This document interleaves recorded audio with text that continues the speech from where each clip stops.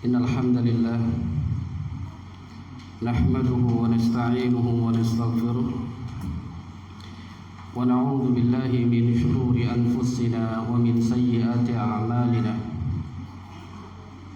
من يهده الله فلا مضل له ومن يضلل فلا هادي له وأشهد أن لا إله إلا الله وحده لا شريك له وأشهد أن محمدا عبده ورسوله يا أيها الذين آمنوا اتقوا الله حق تقاته ولا تموتن إلا وأنتم مسلمون يا أيها الناس اتقوا ربكم الذي خلقكم من نفس واحدة وخلق منها زوجها وبث منهما رجالا كثيرا ونساء واتقوا الله الذي تساءلون به والأرحام إن الله كان عليكم رقيبا يا أيها الذين آمنوا اتقوا الله وقولوا قولا سديدا يصلح لكم أعمالكم ويغفر لكم ذنوبكم ومن يطع الله ورسوله فقد فاز فوزا عظيما أما بعد فإن أصدق الحديث كتاب الله وخير الهدي هدي محمد صلى الله عليه وعلى آله وسلم وشر الأمور محدثاتها وكل محدثات بدعة وكل بدعة ضلالة وكل ضلالة في النار. إخواني في الدين وأخواتي في الله معاشر المسلمين والmuslimat rahimani rahimakumullah.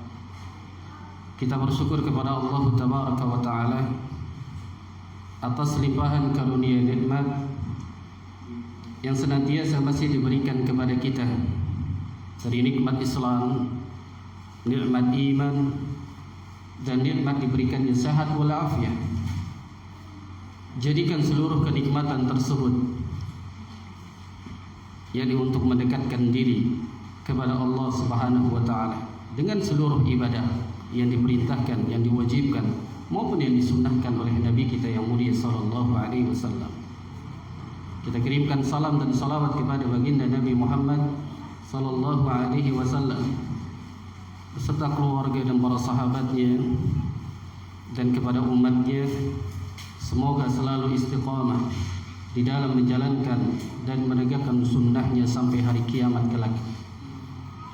Jamaah sekalian yang dirahmati Allah Tabaraka wa Ta'ala, pada kesempatan hari yang berbahagia ini kita berkumpul di masjid yang mulia ini dalam rangka talabul ilm, menuntut ilmu syar'i. Salah satu ilmu yang kita akan pelajari, kita akan mengangkat satu tema, yaitu dengan tema Subulus Salam, menuju jalan keselamatan. Para ulama pun menjelaskan bahwasanya Subulus Salam dengan kata lain tariqu ilal jannah, jalan menuju surga. Namun ketahui jemaah, jalan menuju keselamatan ini satu jalan yang telah ditetapkan oleh Allah bagi hamba-hambanya. Jalan keselamatan yang pertama adalah beriman kepada Allah dan beriman kepada para nabi dan rasul. Kita tidak berbicara pada saat ini, kita berbicara pada saat Allah kirimkan, yakni utus seorang nabi dan rasul. Maka pada saat itu umatnya, ketika dia beriman kepada Allah, beriman kepada rasul yang diutus Allah, maka dia telah mendapatkan jalan keselamatan. Lalu ditutuplah kenabian dan kerasulan oleh Nabi kita yang mulia sallallahu alaihi wasallam. Diutusnya Nabi Muhammad sebagai nabi dan rasul, maka umatnya akan mendapatkan jalan keselamatan kalau dia mau beriman kepada Allah dan beriman kepada Rasul sallallahu alaihi wasallam. Disitulah ada letak jalan keselamatan. Pada awalnya umat Rasulullah SAW ini dalam jalan kesesatan. Allah sebutkan dalam Al-Quran di surat Al-Ma'idah pada ayat ke-16. Allah Azza wa Jal firmankan, yahdi bihi Allahu man ittaba'a ridwanahu subulas salam. Dengan ini Allah nyatakan, dengan Al-Quran Allah akan memberikan petunjuk hidayah, jalan keselamatan bagi siapa yang mau mengikuti Al-Quran. Wa yukhrijuhum minadh-dhulumati ilan nuri bi'idnih. Mereka umat yang pada saat itu dikeluarkan dari kegelapan. Umat Nabi Muhammad sallallahu alaihi wasallam, asalnya mereka adalah banyak yang menyembah selain Allah. Mereka dalam kegelapan. Mereka menyembah patung, ada yang menyembah api, ada yang beragama Nasrani dan Yahudi. Mereka pada hakikatnya dalam kegelapan. Allah nyatakan, wa yukhrijuhum minadh-dhulumati ilan nur bi'idnih. Allah keluarkan mereka dari kegelapan menuju cahaya dengan izinnya. Cahaya yang dimaksud ilan nur al-Islam, yaitu Islam. Jadi Islam ini adalah jalan keselamatan. Kalau kita agama sebelah, agama Nasrani mengatakan bahwasanya mereka memiliki juru selamat, tapi mereka menyatakan juru selamat itu adalah dianggap sebagai Tuhan. Padahal kalau kita katakan juru selamat, mereka lah yang diutus Allah sebagai Nabi dan Rasul. Mereka juru selamat kalau dia beriman kepada Allah dan beriman kepada yang diutus Allah. Namun kesesatan yang dilakukan oleh orang Nasrani, mereka mengatakan bahwasanya juru selamat Nabi Isa alaihi salam dianggaplah sebagai Tuhan. Makanya Allah Subhanahu wa taala akan mengeluarkan dari umat dalam kegelapan menuju cahaya, didakwakan Islam oleh Nabi sallallahu alaihi wasallam. Berarti kita tahu, wa yahdihim ila siratal mustaqim. Disitulah jalan yang lurus, disitulah jalan keselamatan apabila dia beriman kepada Allah dan juga beriman kepada Nabi sallallahu alaihi wasallam. Agama yang dibawa oleh Nabi sallallahu alaihi wasallam yaitu al-Islam. Maka Islam ini agama yang membawa seseorang umatnya lurus di dalam jalan keselamatan. Sebagaimana kisahnya Nabi SAW pada saat hijrah dari kota Mekah ke Madinah, didapati masih ada umat-umat yang dia beriman kepada Nabi Musa. Padahal akidah kita meyakini seandainya mereka beriman pada saat sebelum diutusnya Nabi Muhammad SAW, diutuslah nabi-nabi sebelum Rasulullah. Ketika dia beriman kepada Allah, beriman kepada Rasul yang pada saat diutus, dia selamat. Dia selamat. Namun pada saat diutusnya Nabi SAW, masih ada kaumnya Nabi Musa yang dia tetap beriman kepada Allah dan beriman kepada Nabi Musa. Apa kata Rasul SAW? Seandainya engkau tahu diturunkan kembali Nabi Musa di tengah-tengah kalian, kalian mengikuti dan beriman kepada Nabi Musa, mengikuti jalannya, niscaya kalian akan tersesat. Kenapa demikian? Karena Nabi Musa telah diwafatkan, kemudian disempurnakanlah syariat oleh Nabi SAW. Maka tidak ada lagi beriman selain dia mengakui beriman penutup para nabi, yaitu Nabi Muhammad sallallahu alaihi wasallam. Jadi wa yahdihim ila siratal mustaqim. Siapa yang mengikuti Islam, beriman kepada Allah, beriman kepada Rasul, maka sungguh Allah Subhanahu wa taala akan memberikan hidayah, jalan petunjuk yang lurus, jalan keselamatan bagi mereka. Maka di setiap hari kita meminta kepada Allah, di setiap salat kita. Ini yang kita sering minta. Ihdinas siratal mustaqim. tunjukilah kami jalan yang lurus. Jalan yang lurus ini adalah jalan keselamatan. Namun kita tahu apa makna dari kita meminta jalan yang lurus. Para ulama tafsir menjelaskan sebagaimana Ibnu Abbas mentafsiri dari firman Allah Subhanahu wa taala, ihdinas siratal mustaqim. Maka beliau mengambil yakni pendapat bahwasanya ihdinas siratal mustaqim dzakal Islam, itulah Islam. Ibnu Mas'ud juga meriwayatkan mengatakan min ashabi Rasulillah sallallahu alaihi wasallam, seluruh para sahabat radhiyallahu taala anhum, mereka meyakini bahwasanya yang dimaksudkan ihdinas siratal mustaqim adalah yakni al-Islam, Islam. Minta jalan keselamatan, minta jalan yang lurus. Karena sambungannya ihdinas siratal mustaqim siratal ladzina an'amta 'alaihim. Ketika dia minta, Allah berikan orang-orang yang diberikan nikmat atas mereka. Siapa mereka? Para sahabat yang mereka mendapatkan nikmat dari Allah, mendapatkan nikmat hidayah, petunjuk sebagaimana yang dijalankan syariat Islam ini oleh Nabi sallallahu alaihi wasallam, lalu diajarkan oleh para sahabat. Ini jalan yang lurus, tariqu ilal jannah, hadza subulus salam, ini jalan keselamatan. Maka Allah Subhanahu wa taala menyambungkan pada surah Al-Fatihah, ghairil maghdubi alaihim waladdallin, bukan jalannya orang-orang yang dimurkai, yaitu orang-orang Yahudi, bukan pula jalannya orang-orang yang disesatkan, mereka lah orang-orang Nasrani. Al-Islam ummatan wasatah bainal Yahudi wa Nasara. Islam itu adalah umat yang di pertengahan, tidak seperti orang Yahudi, tidak pula seperti orang Nasrani. Apa maksudnya di sini? Orang Yahudi mereka mendapatkan murka dari Allah, ghairil maghdubi alaihim, karena mereka berilmu tapi tidak mengamalkan ilmunya. Kesesatan bagi mereka. Jika antum telah duduk di majelis ilmu, dapat ilmu, kemudian antum tidak mengamalkan ilmu, maka Allah murka, akan diberikan jadi jalan kesesatan.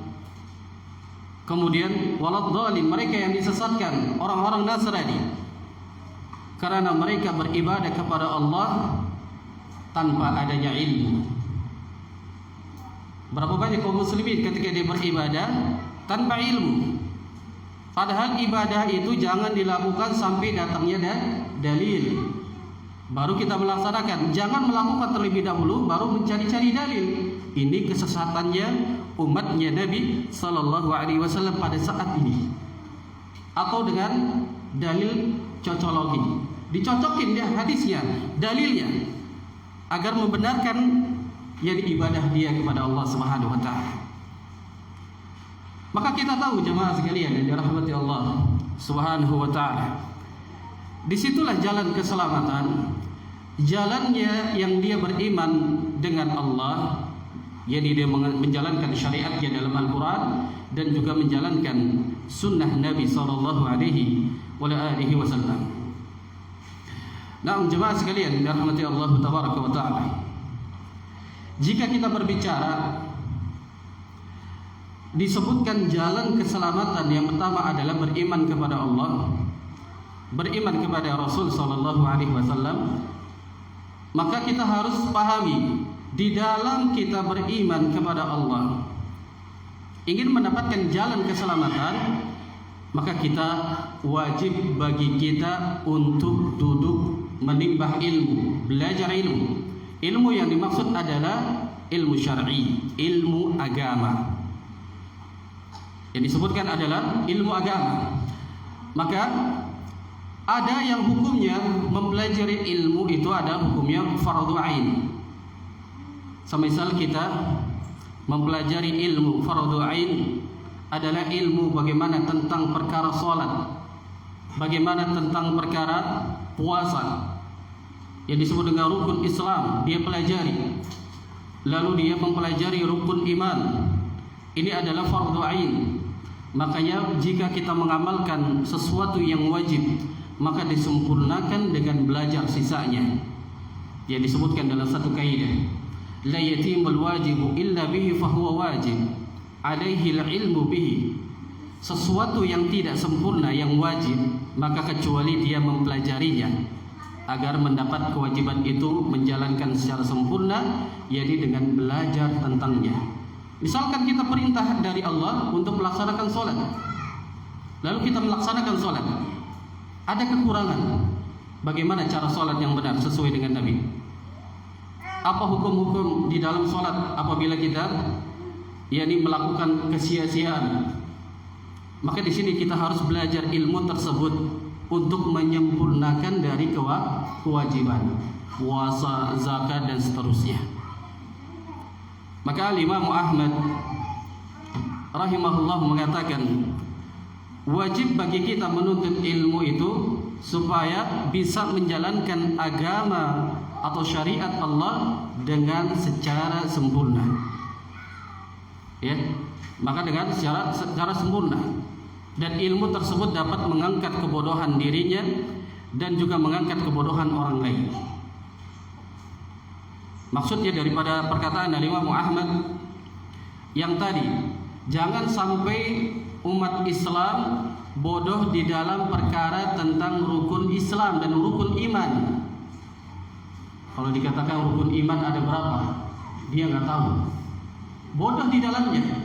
Apalagi ditanya tentang masalah beriman kepada Allah, dia bodoh. Ini yang wajib, fardu ain, agar dia dipelajari.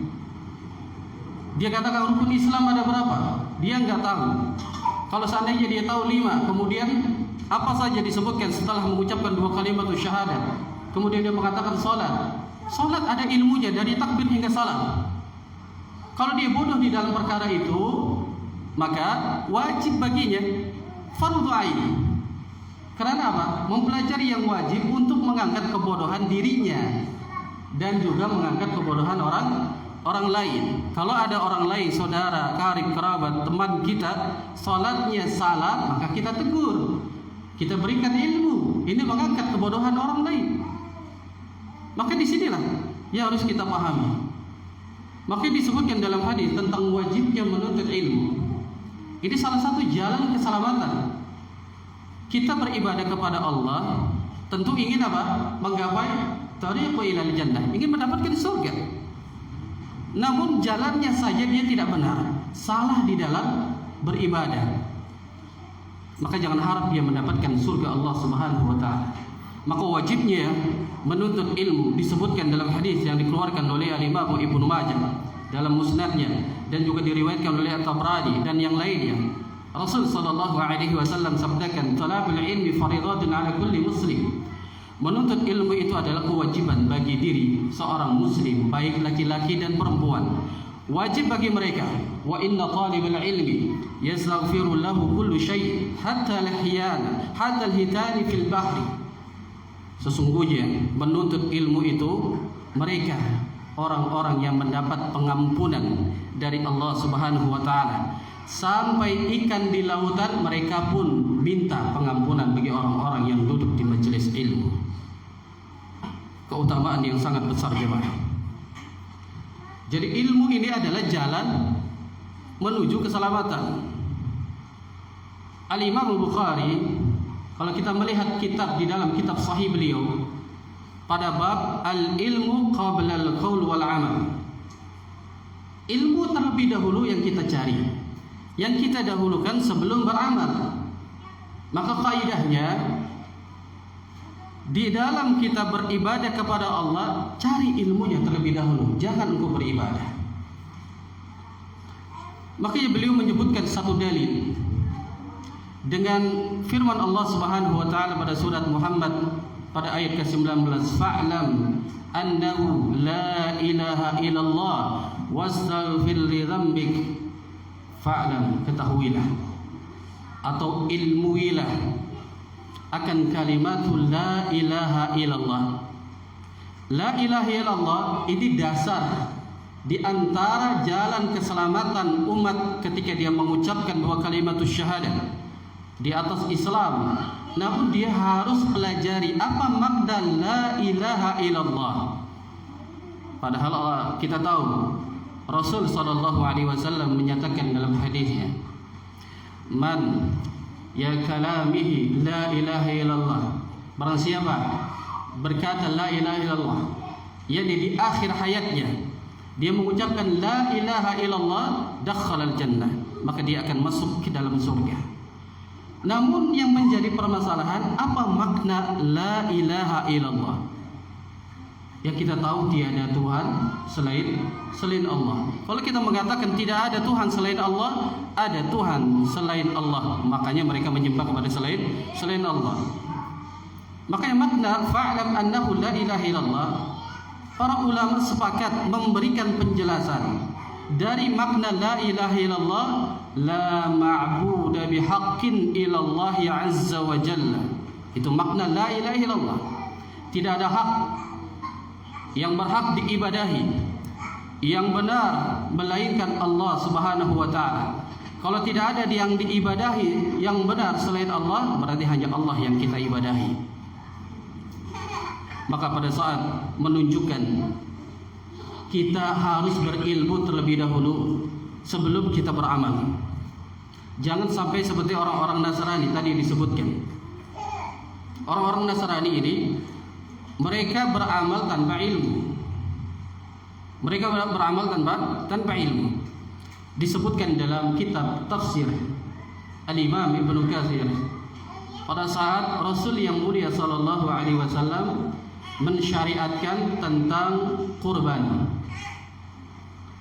lalu umatnya Rasulullah mereka mengikuti bagaimana cara berkurban yang disyariatkan dari Allah, kemudian dicontohkan oleh Nabi sallallahu alaihi wasallam. Namun sebagian orang-orang yang mereka ikut mensyariatkan dari kurban mereka, tapi dia kurbannya tidak sesuai dengan apa yang diajarkan oleh Nabi.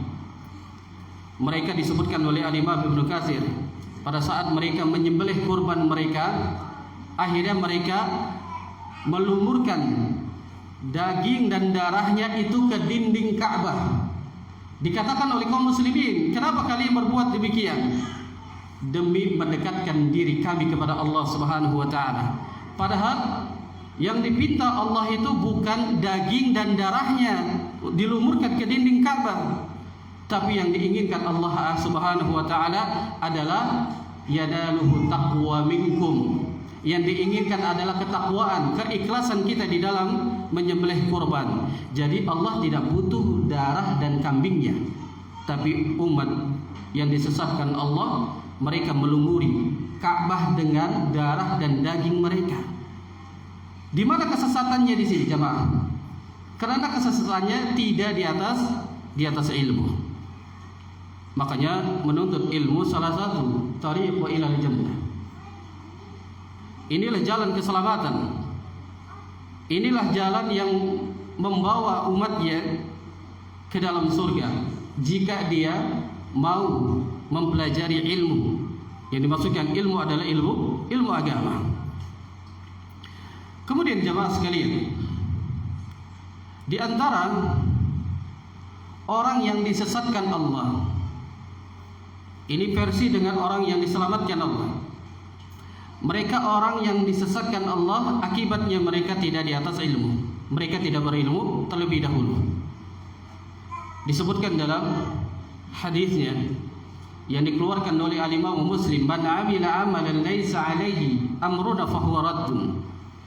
Barang siapa yang dia beramal, melakukan suatu amalan namun tidak diperintahkan oleh Nabi, tidak dicontohkan oleh Nabi, apa Nabi mengatakan? Fahuwa raddun, maka amalan tersebut adalah tertolak. Sesatnya amalan tersebut tidak di atas ilmu. Makanya Fadilatul Syekh Yani Abdul Qasim rahimahullahu taala berkata, perkataan dan amalan manusia itu tidaklah benar ya sampai dia mendasari dengan ilmu. Ilmu yang dimaksud adalah Al-Quran dan Sunnah. Ini sesatnya mereka karena mereka beramal tanpa didasari dengan ilmu. Disebutkan ilmu yang kita pelajari pada saat kita ingin menggapai keselamatan, ada yang didahulukan jemaah. Yang didahulukan agar kita mempelajari ilmu tentang keimanan. Masuk di dalamnya tentang ilmu tauhid. Jadi tentang perkara akidah, keimanan kita. Sebagaimana hadis yang disebutkan dalam riwayat Al-Imam Ibnu Majah dari jalan sahabat Jundub bin Abdullah radhiyallahu ta'ala anhu, dia berkata, "Kunna ma'an Nabi sallallahu alaihi wasallam wa nahnu fityanun." Pada saat kami bersama Rasul sallallahu alaihi wasallam, pada saat itu kami dalam keadaan masih remaja, masih kecil. Ya, hazawiratin fata'allamna al-iman qabla an nata'allam al-Qur'an. Pada saat itu kami mempelajari Al-Qur'an, ya. Pada saat itu ada yang mempelajari Al-Qur'an, tapi ada yang mempelajari iman. Namun kami diperintahkan untuk mempelajari iman sebelum mempelajari Al-Qur'an. Summa ta'allamna Al-Qur'an fazdadna bihi imanan. Pada saat telah mempelajari dari keimanan, lalu setelahnya dia mempelajari Al-Qur'an. Itu kedudukan jalan keselamatan di dalam menuntut ilmu. Apabila kita mempelajari iman, tentang perkara iman, tentang masalah akidah, maka kita akan selamat. Kalau kita lagi mempelajari setelahnya ilmu Al-Quran, ilmu hadis dan seterusnya. Makanya Nabi SAW mentarbiyah wa tasbih para sahabat agar mereka beriman terlebih dahulu, beriman dengan syariat yang Allah turunkan berupa Al-Quran. Kemudian harus dia beriman dengan Nabi SAW dari seluruh syariatnya diajarkan oleh Nabi SAW. Maka setelah itu dia belajar Al-Quran. Setelah itu dia belajar Al-Quran, sebagaimana yang dijelaskan oleh Syekh Muhammad bin Abdul Wahab At-Tamimi rahimahullah. Beliau menuliskan kitab, jadi Salasa Usul. Ada 3 pondasi di dalam agama kita ini yang harus dia pelajari. Wajib bagi dirinya dia harus mempelajari ma'rifatullah wa ma'rifatun nabi wa ma'rifatud dinil Islam. Ini yang wajib kita pelajari. Bagaimana cara kita mengenal Allah? Ini tentang perkara apa, jemaah? Iman, tentang perkara iman kepada Allah. Pelajari bagaimana sifat-sifat Allah, bagaimana Allah Subhanahu wa ta'ala di dalam yang menurunkan syariatnya. Kita pelajari. Setelah itu kita pelajari wa ma'rifatun nabi, bagaimana Nabi SAW diutus, apa saja yang wajib kita taati, lalu apa saja yang wajib kita tinggalkan. Setelah dia belajar mengetahui Nabi SAW, maka ketahuilah, pelajari, yakni agama Islam. Dengan 3 landasan ini, seseorang akan kuat iman dan akidahnya. Dia akan lebih takut apabila dia melakukan suatu amalan, namun tidak disyariatkan oleh Allah, namun tidak disyariatkan oleh Nabi. Memang tidak ada di dalam agama Islam. Dia akan takut karena dia sudah tahu azab Allah sangat pedih. Allah akan mengadab hamba-hambanya jika dia menyelisihi syariat yang diturunkan oleh Nabi SAW. Makanya ada seorang sahabat, pada saat dia selesai sholat subuh, dia menambah sholatnya terus. Lalu ditegurlah oleh sahabat, yang engkau lakukan adalah kesalahan. Lalu sahabat yang menambah sholat terus, dia mengatakan, apakah Allah akan mengazab kami dengan kami beribadah, sholat menghadap Allah Subhanahu wa ta'ala? Apa jawaban sahabat? Allah tidak mengazab dengan engkau melakukan ibadah sholat terus, namun yang diazab adalah engkau menyelisihi sunnah. Karena Nabi tidak mengajarkan setelah sholat subuh tidak ada lagi sholat. Namun kalau dia ingin beribadah, dia tambah lagi. Apakah Allah mengazab dengan saya beribadah kepada Allah dengan sholat? Apa jawaban sahabat? Allah tidak mengazab dengan sholat, tapi mengazab dirimu karena menyelisihi sunnah. Di sini kita bisa mengetahui jalan keselamatan itu bukan hanya beribadah kepada Allah saja, namun dia harus mengikuti bagaimana syariat itu diajarkan oleh Rasul yang mulia sallallahu alaihi wasallam. Inilah tariqah ilal jannah. Hadza subulus salam, inilah jalan keselamatan yang benar.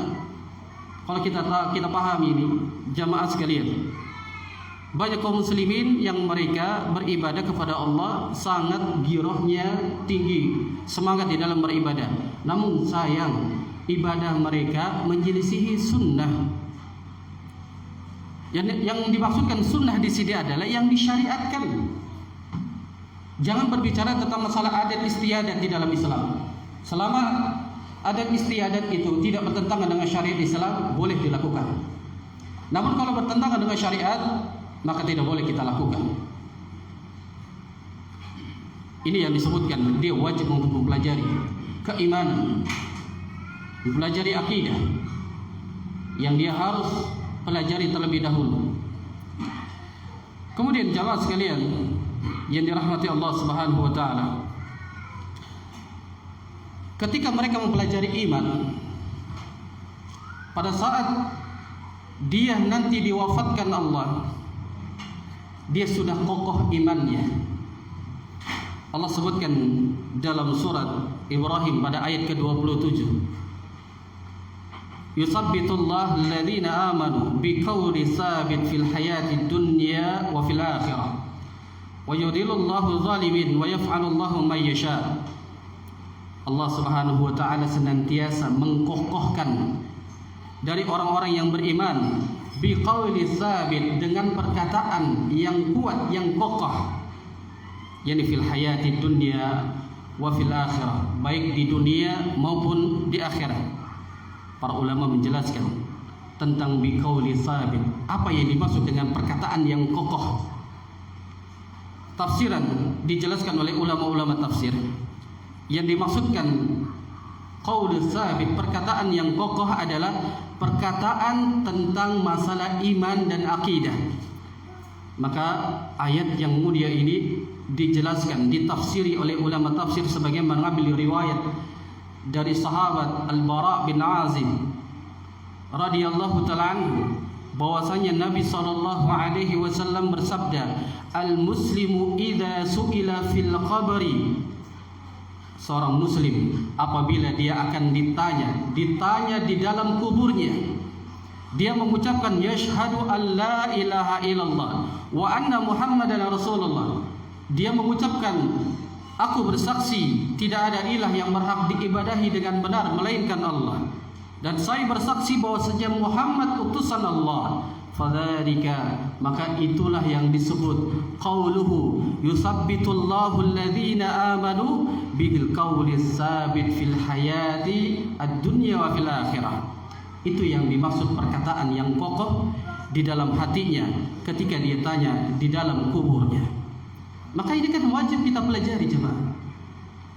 Sebagaimana Syekh Muhammad bin Abdul Wahhab pun menjelaskan tentang di dalam kitabnya Ushul Salasah, yang harus dia pelajari tentang kalau ditanya di dalam kubur, yakni ditanya man rabbuka wa man nabiyyuka wa madinuka. Ini 3 pertanyaan pada saat kita selesai menguburkan mayit jenazah saudara kita, maka kita 7 langkah tinggal, maka datanglah malaikat akan menanyakan 3 hal ini. Namun sebagian kaum muslimin, mereka ditalkin setelah dikuburkan.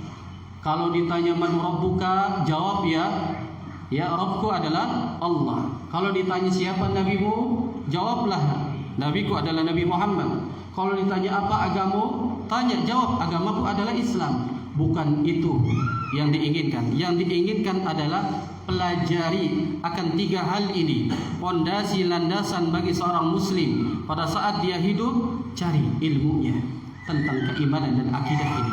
Pada saat dia ditanya di dalam kubur, tidak perlu ditalkin lagi dengan iman dan dengan keyakinan akidah yang benar. Ketika ditanya oleh para malaikat, man rabbuka, yani Rabbi Allah, Rabbku adalah Allah Subhanahu wa taala. Dengan kuat, dengan biqauli sabit, dengan perkataan yang kokoh, karena dia mempelajari terlebih dahulu. Ini yang dia harus dipelajari jemaah, agar kokoh kuat kita ketika Allah Subhanahu wa taala perintahkan malaikatnya untuk menanyakan hal ini. Nanti di dalam kubur kita berbaring Datang dua malaikat, kita tidak lagi berbaring, kita duduk bersandar. Kan kita dikuburkan dalam keadaan berbaring, berbalut dengan kain putih, dihadapkan wajahnya ke kiblat. Pada saat 7 langkah orang yang menguburkan ini telah pulang, datang dua malaikat yang menanyakan itu. Lalu ketika malaikat datang, dia tidak lagi berbaring, tapi dia duduk. Jangan berbicara bagaimana cara duduknya. Ini tentang perkara iman. Para ulama menjelaskan kenapa mayit itu duduk pada saat dua malaikat itu datang. Ini salah satu adat, malaikat datang. Kalau ada tamu antum datang, antum ditanya, antum tiduran? Enggak berada itu. Ya, dia tanya, di mana si fulan? Dia sambil tiduran, fulan di sana. Enggak berada. Inilah menunjukkan bahwasanya mayit pada saat dikuburkan, kemudian ditanya oleh dua malaikat, maka dia pun duduk bersandar. Lalu perkara yang akan ditanyakan adalah man rabbuka, tentang keimanan kepada Allah. Panjang perjalanan ini jemaah. Setelah dia bisa menjawab bahwasanya Rabbnya adalah Allah Tabaraka wa Ta'ala, akan ditanya, wa man nabiyuka, siapa nabimu? Sepakat kaum muslimin akan mengatakan apa? Nabiku, Nabi Muhammad sallallahu alaihi wasallam. Ditanya kembali, sejauh mana engkau di dunia mengikuti sunnahnya? Karena kata Rabbul Alamin, aku menurunkan Islam ini kepada kekasihku Nabi Muhammad sallallahu alaihi wasallam, agar Nabi Muhammad ini menyebarkan risalah dakwanya Islam kepada umatnya. Sejauh mana engkau mengakui bahwasanya Nabi Muhammad adalah sebagai nabimu? Itu akan ditanyakan nanti. Yang menjawab siapa? Iman kita ini.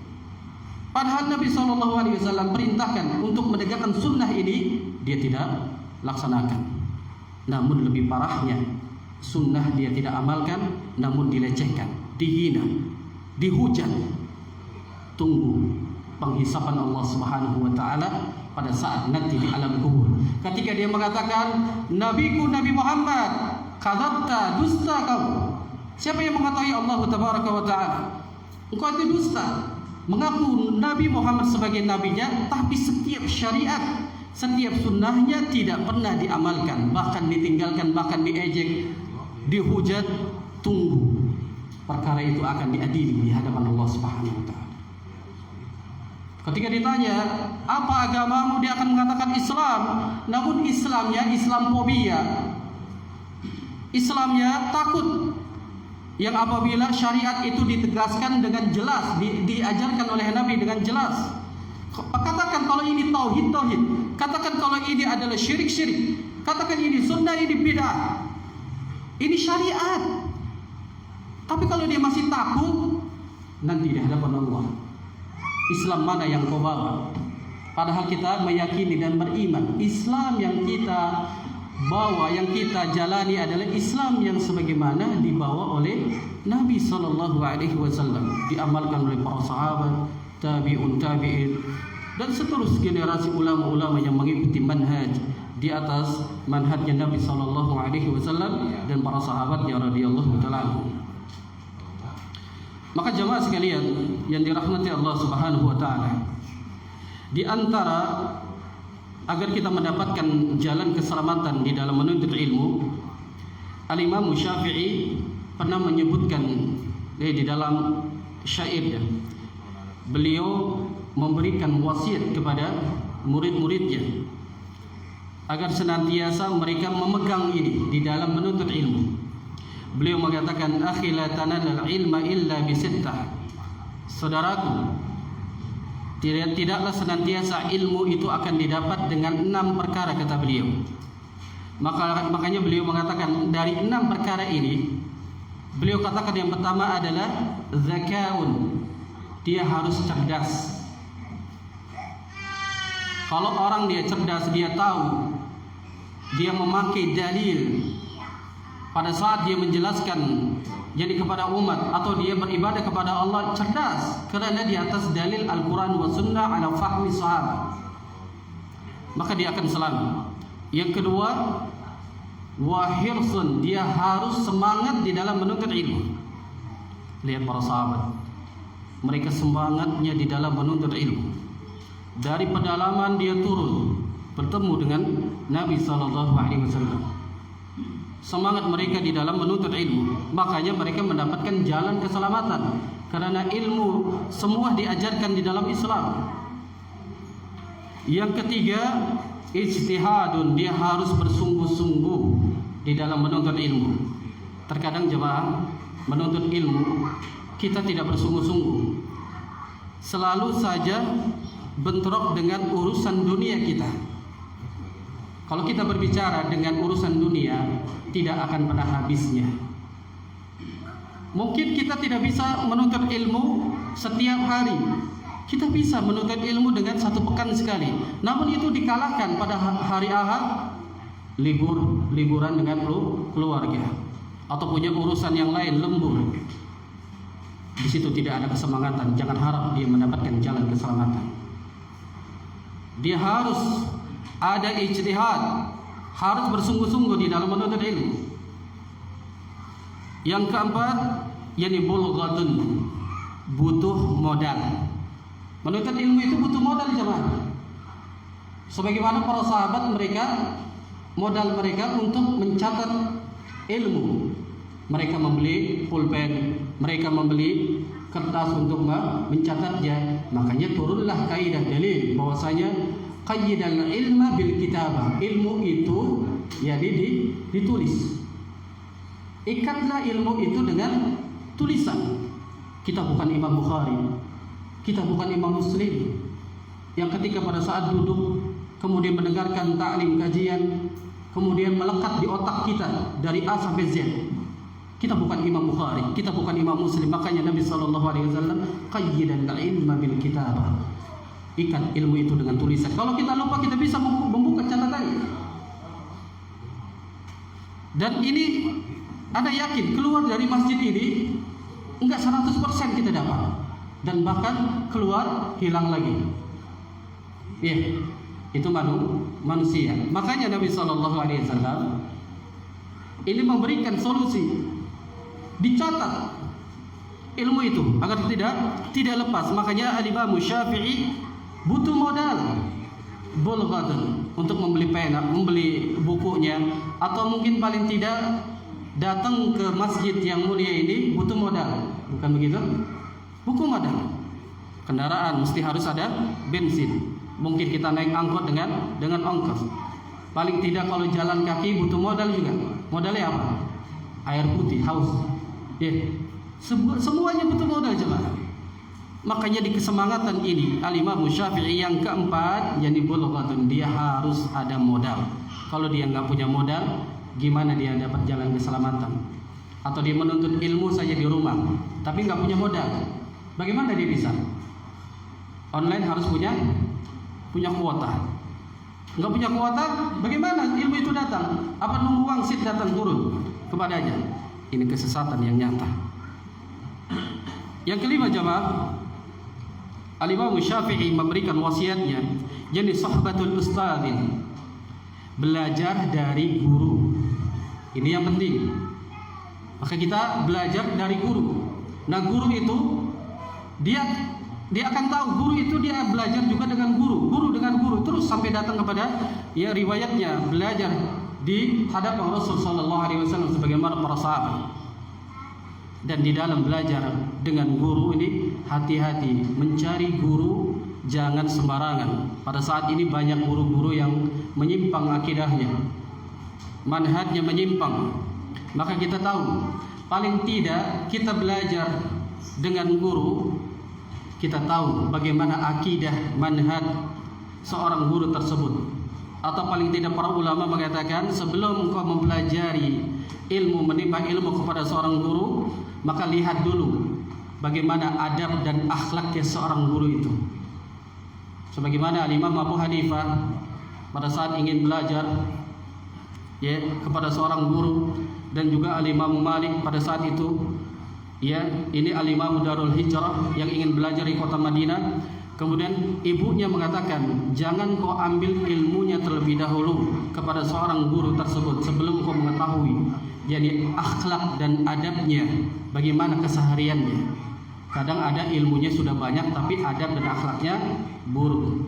Perkataannya binatang semua yang keluar, mencaci maki, ya, orang-orang yang tidak sepaham dengannya. Ini semuanya kesesatan. Maka cari seorang guru yang benar-benar ilmunya, akidahnya, manhajnya, adab dan akhlaknya, maka ambil, niscaya dia akan selamat karena guru tersebut di atas ilmu yang benar.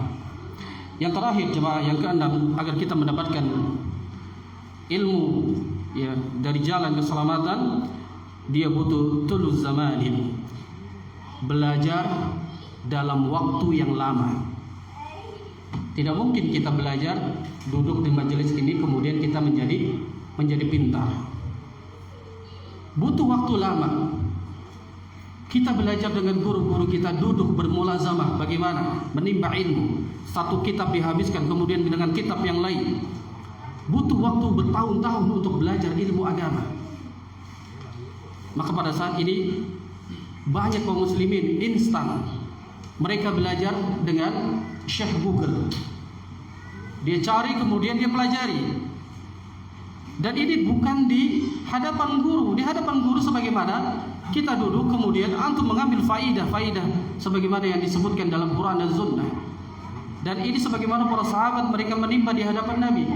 Sebagaimana kami dahulu yang belajar bersama guru-guru kami yang di Unaisa, duduk bermulazamah di hadapan dengan para masyayikh, mengambil ilmu, menghafal hadis, menghafal dari fikih, menghafal dari tafsir, disetorkan kepada ulama. Kemudian diberikan al-bayan, diberikan syarah penjelasan apa yang dimaksud dengan hadis ini, apa yang dimaksud dengan ayat ini ditafsiri. Tidak lain kita berbicara di atas Al-Quran wa Sunnah ala fahmi sahabat. Maka itulah jalan keselamatan. 6. Wasiat dari Al-Imam Syafi'i agar kita menuntut ilmu, mendapatkan jalan keselamatan, berkah di dalamnya. Yang pertama cerdas, yang kedua harus semangat, yang ketiga dia bersungguh-sungguh di dalam menuntut ilmu, yang keempat butuh modal, yang kelima belajar dari seorang guru, dan yang keenam butuh belajar dalam waktu yang lama. Maka ini jalan keselamatan. Kemudian jemaah sekalian yang dirahmati Allah Subhanahu wa taala, di antara jalan keselamatan yakni dengan beramal saleh. Kita sudah menuntut ilmu, kita sudah pelajari apa saja jalan keselamatan. Salah satu beriman kepada Allah, beriman kepada Rasul. Beribadah kepada Allah jangan dia lakukan sebelum dia datang ilmu. Kita sudah menuntut ilmu, ini jalan keselamatan. Namun di antara jalan keselamatan menuju dari jalan keselamatan dengan beramal saleh. Ilmu dicari dengan tujuan diamalkan, bukan untuk bergaya-gaya kita sebagai seorang yang alim. Kita mencari ilmu untuk diamalkan. Maka disebutkan dalam di perkataan para ulama bahwasanya man amila bima alima aw warasatullah ilmu ma lam ya'lam. Siapa yang mengamalkan apa yang dia ilmui, dia mengamalkan, dia sudah tahu ilmunya, maka sungguh Allah telah mewariskan ilmu kepadanya yang dia tidak diketahui. Allah berikan lagi. Terkadang kita satu ilmu sudah kita amalkan, Allah akan berikan ilmu lagi kepadanya. Diberikan hidayah lagi untuk duduk di majelis. Maka itu orang yang berilmu kalau dia mengamalkan ilmunya. Jangan sampai seperti orang-orang Yahudi jemaah. Orang-orang Yahudi ini mereka dimurkai Allah.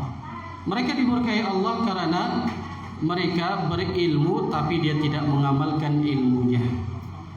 Mereka tidak mengamalkan ilmunya. Maka dalam hadis dari Usamah bin Zaid, Nabi SAW menyebutkan ada seseorang yang didatangkan pada hari kiamat kelak, yang mereka dilemparkan ke dalam neraka, ususnya berantakan keluar kemana-mana, dan dia berputar seperti keledai, yakni di tengah-tengah penggilingannya.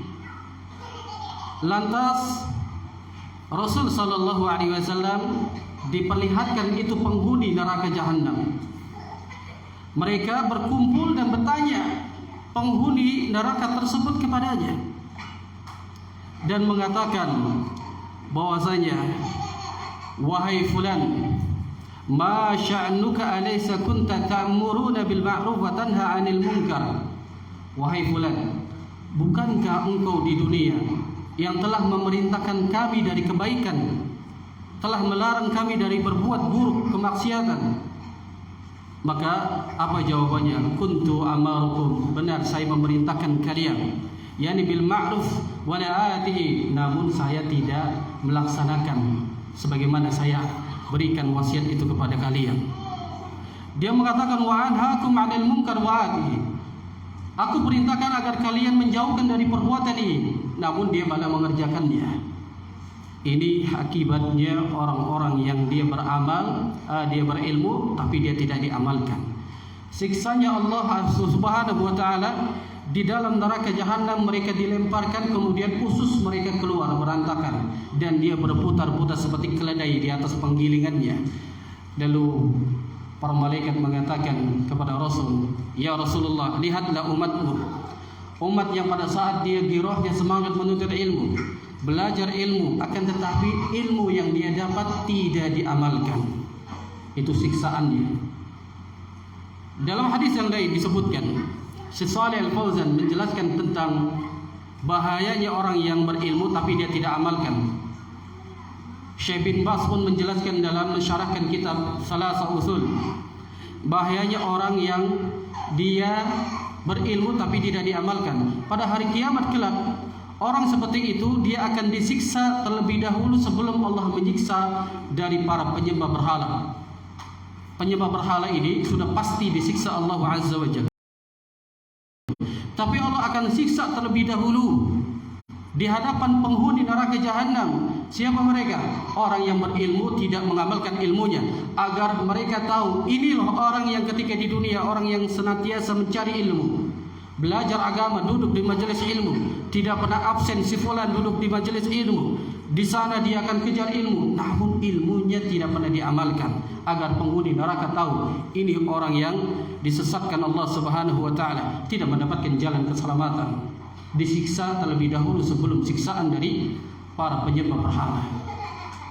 Maka yang harus kita pahami jemaah, para ulama-ulama salaf, mereka tidak pernah mengamalkan satu ilmu sebelum mereka tahu dulu ilmunya, atau mereka tidak mau mengamalkan sebelum dia tahu ilmu itu dijelaskan oleh Nabi. Itu para sahabat. Pada saat mereka tahu, maka mereka segeralah mengamalkan ilmu tersebut. Yang dikhawatirkan mereka apa? Beramal tanpa ilmu, salah di dalam memahaminya. Sebagaimana kisah ada seorang sahabat, dua orang dalam keadaan safar. Kemudian yang satunya dalam keadaan malamnya mimpi basah. Ini dua orang ini dalam keadaan safar. Kemudian dia berbicara kepada sahabatnya. Maka apa kata sahabatnya? Engkau harus mandi junub. Tidak sah sholat orang yang dalam keadaan berhadas besar. Lalu pada saat itu berjalanlah, kemudian tertimpalah orang yang mimpi basah tersebut, tertimpa batu sampai dia terluka di kepalanya. Maka dikatakan oleh sahabatnya, tetap engkau mandi, karena tidak sah sholat orang yang tidak mandi junub.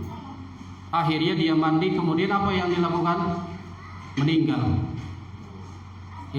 Karena dia luka yang parah, kemudian kena air, kemudian dia meninggal. Sampailah berita itu kepada Nabi SAW. Apa kata Rasulullah? Engkau telah membunuhnya. Kenapa? Karena kita segala sesuatunya jangan kita mengambil inisiatif sendiri, jangan kita mentafsiri sendiri. Satu ayat ditafsiri sendiri, satu hadis yang disyarahkan sendiri, sampai dia tahu menanyakan kepada ahli ilmu. Padahal pada saat itu apa kata Rasulullah? Tidak perlu mandi, cukuplah dengan apa? Tayamum. Ini ad-dinu yusra. Agama Islam itu agama yang mudah. Kalau dia punya penyakit yang membahayakan, kalau dia bisa mandi dengan mudaratnya besar, maka boleh dia tayamum. Sebagaimana orang sakit tidak perlu dia berwudu dengan air, maka digantikan dengan tayamum. Begitu juga orang yang junub. kalau dia ada mudaratnya, kalau mandi dia mendapatkan kemudaratan, dapat kematian dirinya, maka dia cukuplah tayamum. Jadi kita harus bisa memahami bahwa segala sesuatu itu beramal tentu dengan ilmu. Yang terbaik adalah ilmu yang kita amalkan sesuai dengan Al-Quran dan Sunnah ala fahmi sahabat. Sebagaimana disebutkan, di antara jalan menuju keselamatan itu, kita sudah berilmu kemudian kita beramal. Ada syarat di antara agar kita amalan kita, ibadah kita ini selamat diterima di sisi Allah Tabaraka wa Ta'ala adalah dengan dua syarat yang kita ketahui, yakni dengan ikhlas dan mutaba'ah. Allah Subhanahu wa Ta'ala menyebutkan dalam surah Al-Kahfi pada ayat terakhir, jadi di ayat 110, Allah Subhanahu wa Ta'ala firmankan, "Faman kana yarju liqa'a rabbih falyamal 'amalan salihan wa la yusyrik bi ibadati rabbih ahada." Barang siapa yang dia ingin perjumpaannya dengan Rabbnya, dengan Allah Tabaraka wa Ta'ala, maka beramal salehlah, jangan menyekutukan Allah dengan sesuatu apapun. Di sini dituntut untuk ikhlas ibadah itu hanya mencari wajah Allah Subhanahu wa Ta'ala. Yang kedua, Al-Imam Ibnu Katsir menjelaskan, ketika menjelaskan ayat yang mulia ini, hendaklah orang-orang yang ingin berjumpa dengan Allah, dia harus beribadah kepada Allah dengan ikhlas. Yang kedua, dia harus di atas syariat Nabi sallallahu alaihi wasallam. Makanya beliau mengatakan, ruknal amalil mutaqabbil la budda an yakuna khalisan lillahi azza wa jalla wa sawaban ala syariati Rasulillah sallallahu alaihi wasallam. Beliau mengatakan, rukun syarat diterimanya amalan ibadah itu, beliau mengatakan khalisan lillahi azza wa jalla. Dia harus ikhlas ibadahnya hanya mengharapkan wajah Allah. Yang kedua, wassawaban ala syariati Rasulillah sallallahu alaihi wasallam. Harus di atas syariat apa yang telah disyariatkan oleh Nabi sallallahu alaihi wasallam. Ini amalan yang akan mendapatkan keselamatan, mendapatkan diterimanya amalan itu oleh Allah Subhanahu wa Ta'ala. Disebutkan dalam riwayat yang lain, beliau menukil perkataannya Fudail bin Iyad, yang mana hampir mirip dengan perkataan beliau Al-Imam Ibnu Katsir, yang mana Fudail bin Iyad mengatakan, innal amala idza kana khalisan, apabila amalan itu benar, ikhlas dia mengharapkannya wajah Allah, walam yakun sawaban, akan tetapi dia tidak di atas sunnah, tidak di atas syariat Rasul sallallahu alaihi wasallam, apa beliau mengatakan, lam yuqbal, maka amalan itu tertolak. Beliau pun mengatakan, wa idza kana sawaban, jika amalan yang kita lakukan itu di atas syariat Nabi, akan tetapi walam yakun khalisan, tetapi dia tidak ikhlas, maka ini pun tidak diterima. Maka beliau mengatakan, hatta yakuna khalisan wa hatta sawaban, di atas keikhlasan, yakni mengharapkan wajah Allah, di atas syariat benar apa yang disyariatkan oleh Nabi sallallahu alaihi wasallam. Maka kita lihat jamaah, banyak kaum muslimin mereka masih mendapatkan jalan tidaknya lurus di antara amalan ibadah mereka. Mereka semangat di dalam beribadah kepada Allah. Kalau dikatakan mereka melakukan ibadah ini tidak lain ingin mendapatkan pahala di sisi Allah, namun yang dia kerjakan tidak di atas syariat Nabi sallallahu alaihi wasallam. Jangan harap amalan itu diterima Allah, karena Islam ini syariat yang diturunkan Allah kepada Nabi Muhammad sallallahu alaihi wasallam. Sampai salat, zakat, puasa, semuanya kita harus mengikuti syariat Nabi sallallahu alaihi wasallam. Di dalam salat Nabi mengatakan, sallu kama ra'aitumuni usalli, salatlah kalian sebagaimana melihat aku salat. Ini menunjukkan perintah bahwasanya di dalam perkara salat kita harus mengikuti contoh Nabi sallallahu alaihi wasallam. Namun banyak kaum muslimin ketika dia takbir Allahu akbar, dia letakkan di kiri. Padahal tidak ada pendapat hadis yang mengatakan meletakkan di kiri. Yang ada hadisnya adalah yang dia letakkan ala sadri. Namun berbeda pendapat di kalangan empat mazhab, ada yang di bawah dada, kemudian di atas pusat. Semuanya itu adalah ajaran Nabi sallallahu alaihi wasallam. Namun ada yang dia Allahu Akbar, dia putar-putar, baru dia sedekah. Ditanya mana dalil? Kalau dikatakan ini adalah baik menurut dia, menurut kebaikan itu bukan menurut manusia, tapi menurut Allah dan Rasulnya sallallahu alaihi wasallam. Dan terus mereka di dalam sholat saja tidak mencontoh Nabi. Padahal Nabi perintahkan, sallu kama yaraitumuni usalli. Salatlah kalian sebagaimana melihat aku sholat. Ini satu perintah. Para ulama mengatakan bukan hanya perkara sholat yang kita ikuti, puasa pun demikian, zakat pun demikian, akidah, manhaj itu lebih lagi kita ikuti, agar kita tidak mendapatkan jalan kesesatan.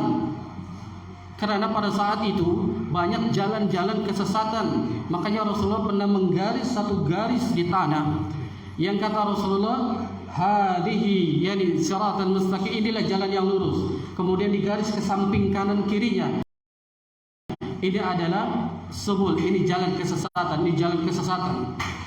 Dijelaskan oleh para ulama yang dimaksudkan jalan yang lurus itu adalah Rasulullah mengatakan ana wa ashabi, yang dia mengikuti aku dan mengikuti para sahabat. Kalau kita mengikuti sunnah saja tanpa pemahaman para sahabat, ini pun keliru. Ada yang mengatakan saya Al-Quran dan sunnah, belum cukup jemaah. Mana dalilnya? Dalilnya Rasul sallallahu alaihi wasallam pada saat masih hidup jangan bicara tentang perkara pendapatnya sahabat, langsung merujuk kepada Al-Quran dan Sunnah. Nabi masih hidup, ada permasalahan datang kepada Nabi, Nabi menyelesaikan, selesai. Namun pada saat wafatnya Nabi, Rasul mengatakan nanti kalian akan mendapati ikhtilafan katsiran, banyak perselisihan yang banyak pada saat itu. Setelah wafatnya Nabi maka muncullah aliran-aliran sesat. Makanya apa kata Nabi? Peganglah, gigitlah sunnahku dan sunnah khulafai rasyidin. Pegang sunnah dan sunnah khulafai rasyidin. Sunnah dijelaskan, dipahami oleh para sahabat Nabi sallallahu alaihi wasallam. Karena para sahabat ini mereka tahu tentang turunnya Al-Quran, kemudian dijelaskan oleh Nabi. Tahu mereka sahabat. Makanya kalau kita Quran dan Sunnah, kembali pada Quran dan Sunnah, itu belum cukup. Harus kembali kepada Quran dan Sunnah ala fahmi sahabat, yang disebut dengan manhajus salaf. Kita bermanhaj sebagaimana para sahabat yang mereka mengambil pelajaran, mengambil yakni hidayah, mengambil Islam sebagaimana yang diajarkan oleh Nabi sallallahu alaihi wasallam. Ini yang terbaik. Disitulah jalan keselamatan. Kita mengamalkan Al-Quran, kita mengamalkan Sunnah berdasarkan pemahaman para sahabat. Kemudian jamaah sekalian sampai jam berapa? Sampai zuhur. 11:04. Nah, sebenarnya masih panjang jemaah. Ya. Di antaranya jalan keselamatan itu para ulama memberikan di antaranya ketika dia beriman kepada Allah, beriman kepada nabinya, lalu dia berilmu, mencari ilmu, kemudian dia mengamalkan ilmunya, di antaranya pula kita dakwah ilallah. Di situlah ada jalan keselamatan. Orang yang telah berilmu itu dituntut untuk mendakwakan ilmunya. Jadi bukan berarti kita harus jadi seorang dai, bukan. Paling tidak kita menjadi seorang dai di keluarga kita. Itu yang penting. Ya. Apabila anak istri kita melakukan kemaksiatan, kita cegah. Kita cegah. Paling tidak itulah dakwah kita, mendakwakan kepada keluarga. Makanya Allah Subhanahu wa taala menyebutkan apa? Ya ayyuhalladzina amanu qu anfusakum wa ahlikum nara. Wahai orang-orang yang beriman, jaga dirimu dari api neraka. Jaga diri kita dulu, berilmu dulu, baru kita jaga anak dan istri kita, keluarga dari api neraka dengan kita mendakwakan kepada mereka. Kalau istri kita keluar tidak pakai jilbab, nasihati. wajib bagi seorang muslim menutup auratnya, menjulurkan pakaiannya ke seluruh tubuhnya. Namun kalau antum diam saja, maka itulah dayus. Atau anak perempuan antum itu diam saja, ridho dibawa oleh laki-laki. Antum ridho diam saja, ketahuilah setiap pemimpin akan dimintai pertanggungjawabannya di hadapan Allah. Antum sudah mengaji, sudah tahu ilmunya, namun diam saja ketika istri bermaksiat atau anak yang sedang bermaksiat. Antum diam saja, tidak nasihati, tidak berikan dakwah itu. Maka dakwah di sini disebutkan dalam firman Allah Subhanahu wa taala dalam surah Yusuf pada 108. Allah Subhanahu wa taala menyebutkan qul hadhihi sabili ud'u ila Allah. Ini dalil. Katakanlah ini jalanku agar apa? Mendakwakan kepada jalan Allah Subhanahu wa taala ala basirah, di atas ilmu. Supaya kita dapat di atas ilmu, kemudian kita dakwakan. Kemudian wa ana manittaba'ani, dan ikutilah sebagaimana dakwanya Nabi sallallahu alaihi wasallam. Maka sangatlah panjang perjalanan ini. Masih ada dakwah, kemudian masih ada kesabaran. Di dalam dakwah itu ada ujian dan cobaan panjang. Mungkin di antara kita yang terlebih dahulu mengenal sunnah, istri kita belum. Mungkin kita sebagai anak sudah mengetahui sunnah, orang tua kita belum. Mungkin kita dan istri kita sudah mengenal sunnah, anak kita belum. Ini ada rintangan dakwah di dalam itu. Maka mungkin ini tidak cukup kita bahas pada kesempatan kali ini. Mungkin insya Allah pada kesempatan yang lain kita akan jelaskan beberapa jalan keselamatan agar kita mendakwakan ilmu kepada keluarga, pada masyarakat. Itu ada ilmunya. Jangan sampai kita mendakwakan agama yang hak ini namun salah di dalam kita mendakwakannya, tidak di atas ilmu, kemudian dia dakwanya serampangan atau tidak di atas adab dan akhlak atau yang semisalnya. Maka insyaallah taala pada pertemuan yang akan datang kita akan jelaskan lebih dari sisanya ini. Wallahu a'lam bishawab. Mungkin dari antum sekalian ada soal, bagaimana soalnya? Tulis atau langsung? Boleh. Silakan para jemaah yang ingin bersoal ke kalian telepon.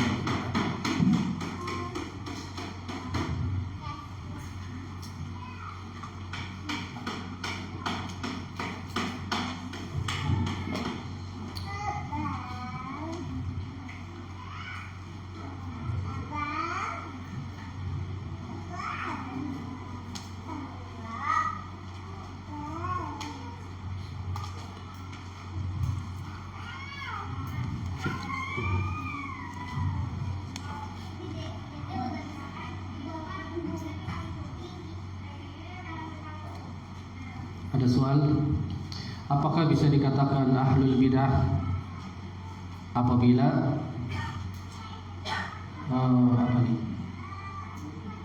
kesekian seorang tokoh di suatu majelis sudah beramal kemudian memimpin amalan bid'ah? Apakah dikatakan ahlul bidah? Orang yang beramal namun amalannya amalan yang bid'ah. Ketahui jemaah sekalian yang dirahmati Allah Subhanahu wa taala. Ada perkataan ahlul bidah. Ahlu di sini adalah orang yang gemar sekali ilmunya, ilmu yang bid'ah. Dakwahnya dia menyerah, jadi mendakwakan dengan kebid'ahan atau sebagai tokohnya. Itu yang disebut dengan ahlul bidah. Namun pengikut-pengikutnya jangan dikatakan dia sebagai ahlul bidah, tapi dia pelaku bid'ah.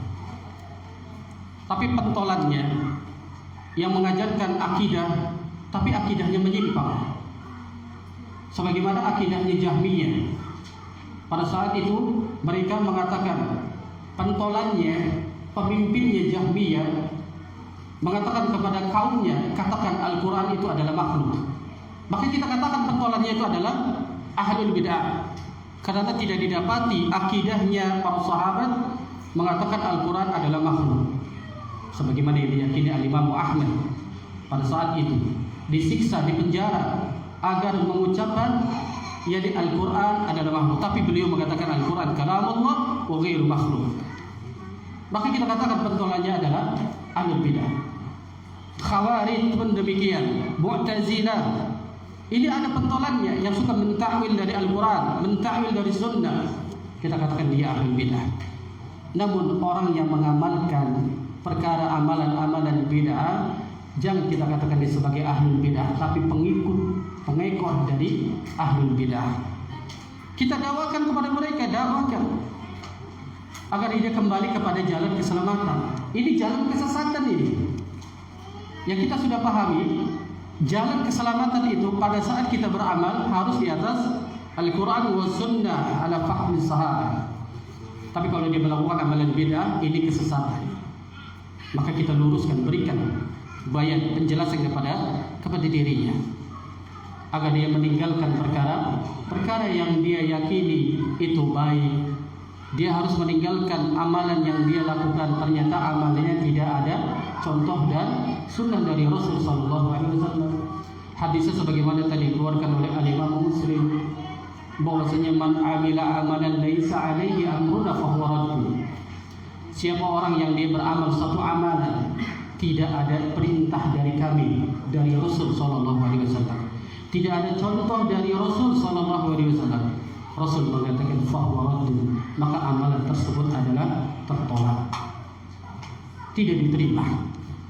Jadi amalan yang diterima, amalan yang mendapatkan keselamatan di atas tadi perkara dua urusan tadi, ikhlas dan mutaba'ah. Ini yang harus kita tanamkan.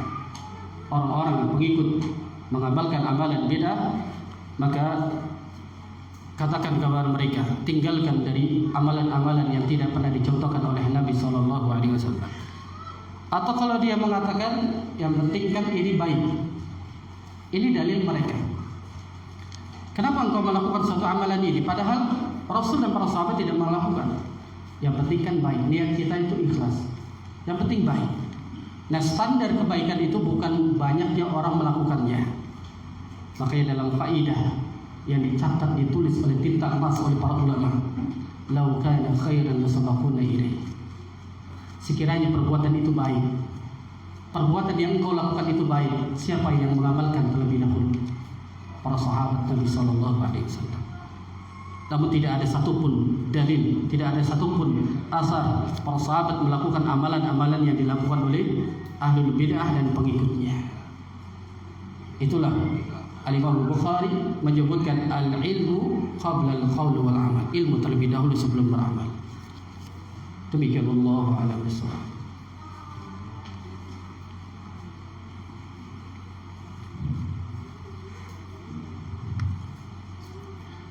Ada soal yang kedua, apakah seorang istri tidak perlu izin kepada suaminya ketika menuntut ilmu yang sifatnya fardhu ain seperti belajar tahsin atau yang lainnya karena suaminya belum mengenal sunnah?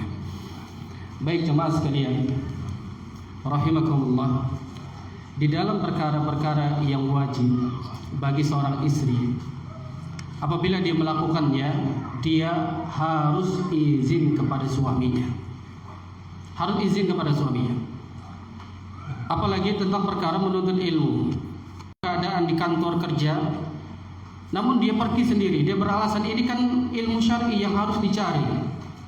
Maka ketahuilah, sungguhnya dia telah berdosa, bermaksiat kepada Allah Subhanahu wa taala. Karena ketaatan soal benar sunnah. Bagaimana ini?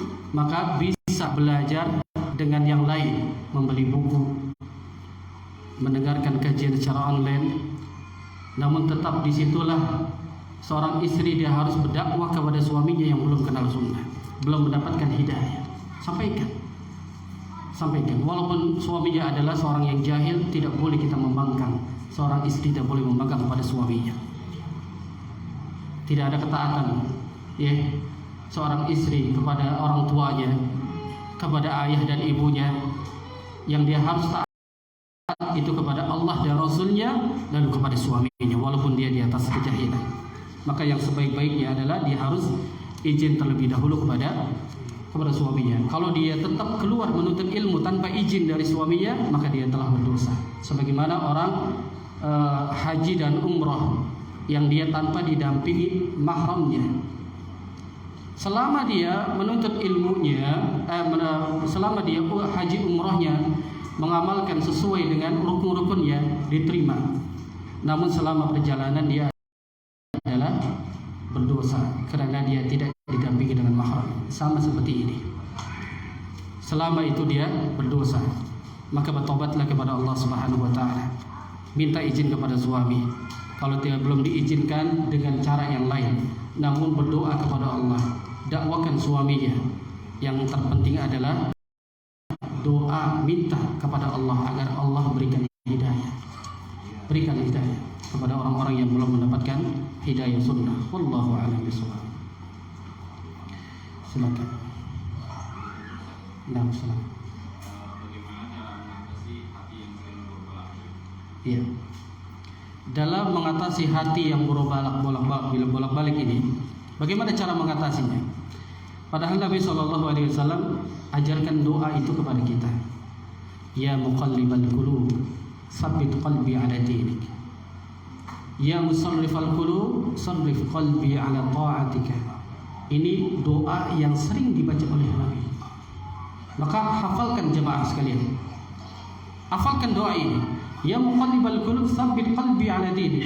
Wahai zat yang membolak-balikan hati. Berarti yang membolak-balikan hati itu hanya Allah Subhanahu wa taala. Tsabbit qalbi ala dinik. Teguhkan, kokohkan hatiku di atas agamamu, agama Islam. Ya musarrifal qulub, wahai zat yang membolak-balikan hati. Sarrif qalbi ala ta'atika. Tetapkan hatiku di atas ketakwaan, di atas taat kepada Allah dan Rasulnya. Nah, hadis ini, doa ini diajarkan Nabi. Para sahabat mereka hatinya berbolak-balik. Kadang hatinya itu naik, kadang hatinya turun. Keimanan yang dimaksud. Makanya para ulama mengatakan al-imanu yazidu wa yanqus. Iman itu naik, kadang dia tuh turun. Kalau lagi imannya naik, masya Allah, segala salat sunnah kita laksanakan. Menuntut ilmu jauh di majelis ta'lim kita kejar. Ini imannya sedang naik. Makanya yazid bi ta'atillahi azza wa jalla. Keimanan itu akan terus naik. Yang pertama, agar hati kita tetap terus istiqamah, maka di atas di ketakwaan, di atas perintah melaksanakan ketaatan kepada Allah dan Rasulnya. Itu yang pertama. Kemudian kalau dia dapat lagi berkurang, berbolak lagi dari taat kemudian menjadi maksiat, ketahuilah wa yanqus bil maksiyatillahi azza wa jalla. Maksiat itu dapat menurunkan iman kita. Makanya hati kadang kita selesai dari majelis, kemudian keluar kita bermaksiat, maka kita akan turun keimanan kita. Maka dari hati yang jadinya kita taat, kemudian berbalik lagi dengan hati yang bermaksiat karena dosa dan maksiat. Lalu apa agar kita tetap terus di atas istiqamah? Hati kita tidak berbalik lagi dari keimanan menjadi kufur, menjadi taat, terus semangat kemudian bermaksiat. Yang pertama, Syekh Shalih Al-Utsaimin rahimahullah taala mengatakan, yang pertama dia harus dekat, taqarrabu minal Quran, dekat dengan Al-Quran. Dekat dengan Al-Quran ini belajar, kemudian menghafal, kemudian membaca, kemudian diamalkan. Makanya salah satu yang menguatkan hati kokoh, kata beliau, qiraatul Quran, baca Al-Quran. Sebagaimana ayatnya Al-Quran, Allah Subhanahu wa taala firmankan bahwasanya membaca Al-Quran yaitu tatma'innul qulub, menenangkan hati. Itu yang menguatkan, mengkokohkan hati kita. Lalu yang kedua, berkumpul dengan orang-orang yang saleh agar kita tetap istiqamah hati kita itu. Adakah di antara kita di sini yang memikirkan maksiat? Tidak ada, jemaah.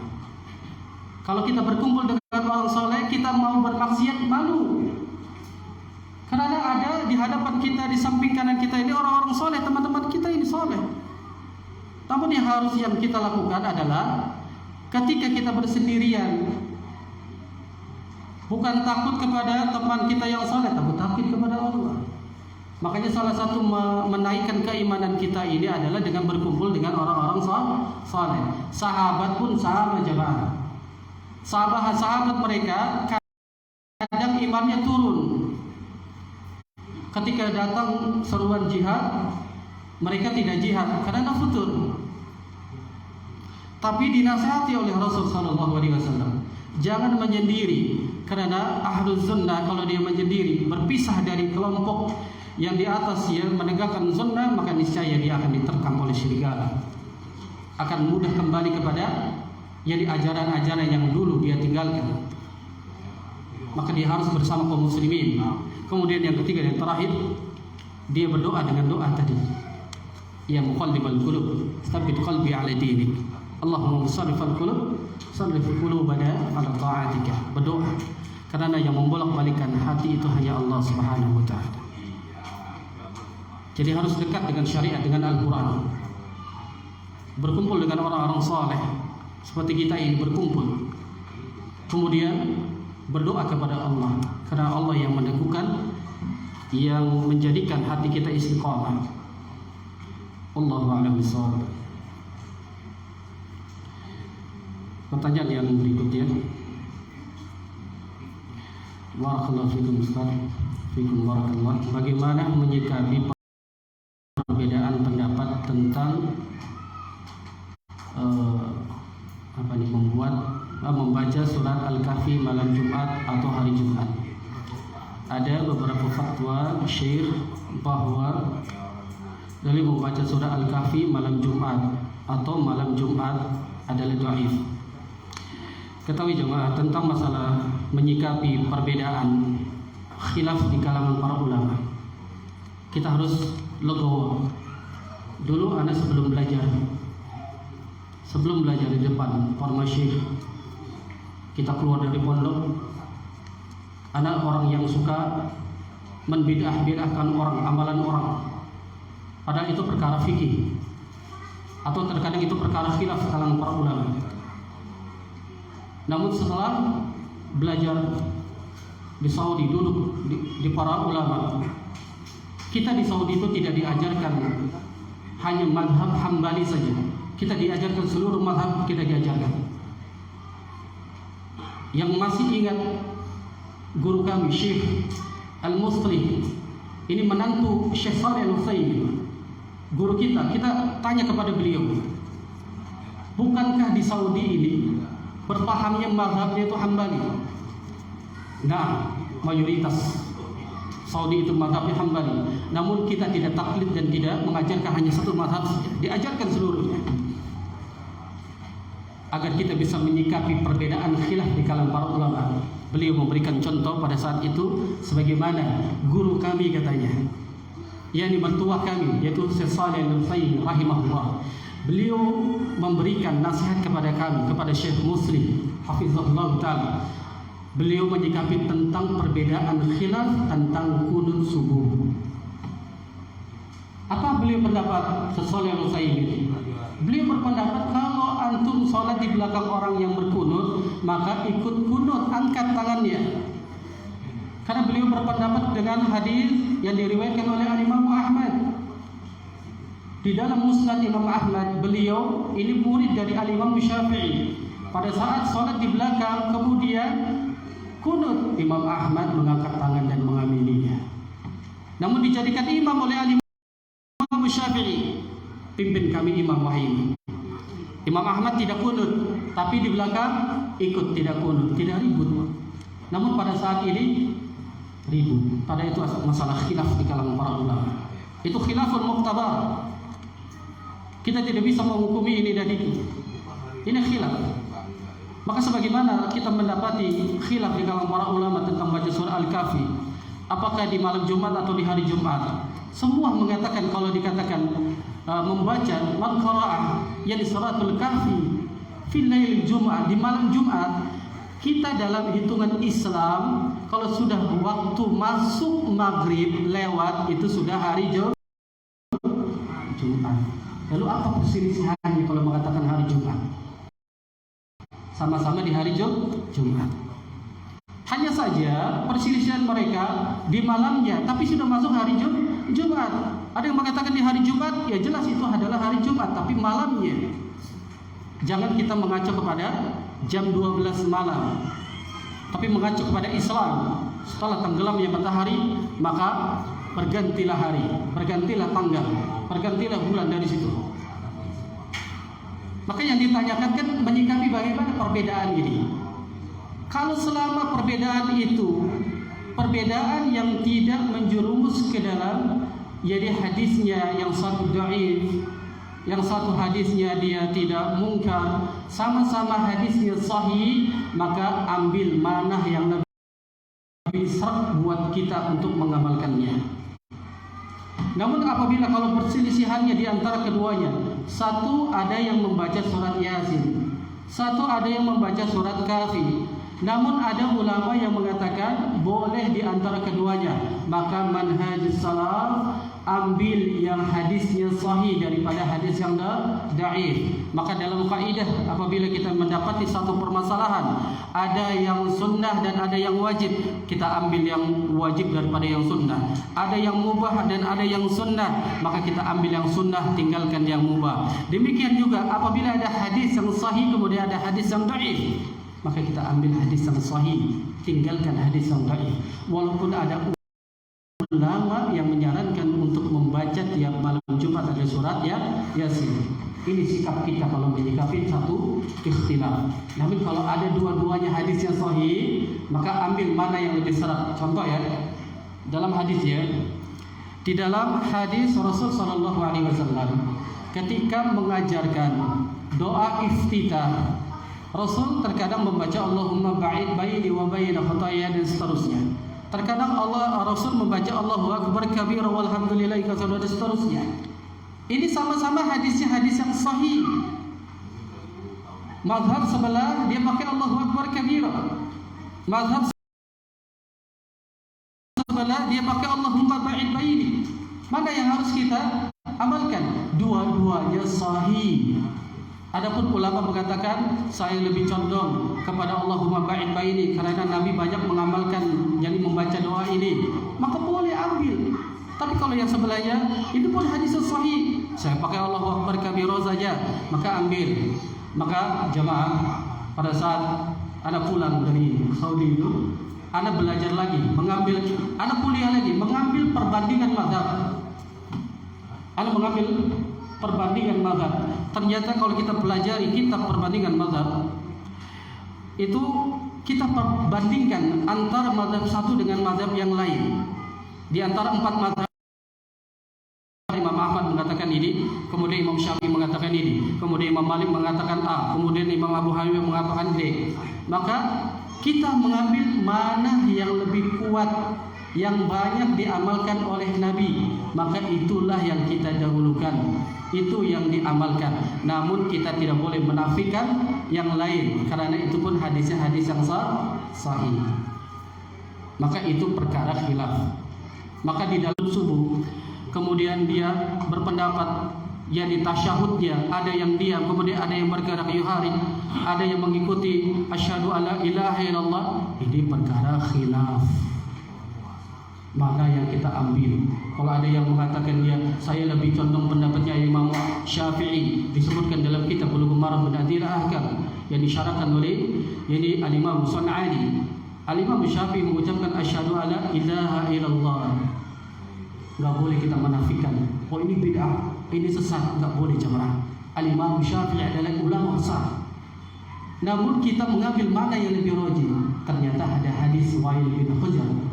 Ada hadis lagi yang lain disebutkan bahwasanya Rasul sallallahu alaihi wasallam pada saat tasyahud beliau menggenggam di antara jarinya begini ataupun begini, lalu mengacukan at-tahiyat.